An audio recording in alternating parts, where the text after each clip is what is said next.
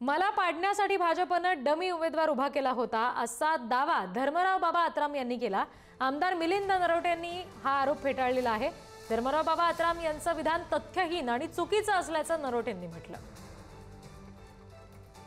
गेल्या निवडणुकीमध्ये माननीय धर्मराव बाबा आत्राम गडचिरोलीचे मोठे नेते आहेत आणि या नेत्याने एक वक्तव्य केलं आहे की मला पाडण्यासाठी स्वतः बीजेपीने एक डमी कॅन्डिडेट दिलेला आहे। मला वाटतं की हे पुरेपूर गलत आहे आणि त्यांना वाटतं आहे की आता नजीकच जिल्हा परिषद निवडणूक आहे, नगरपंचायत नगर परिषद आहे, या हे बोलून त्यांचा फायदा म्हणजे पक्षाचा फायदा होईल त्यासाठी हे ते वक्तव्य करत आहेत।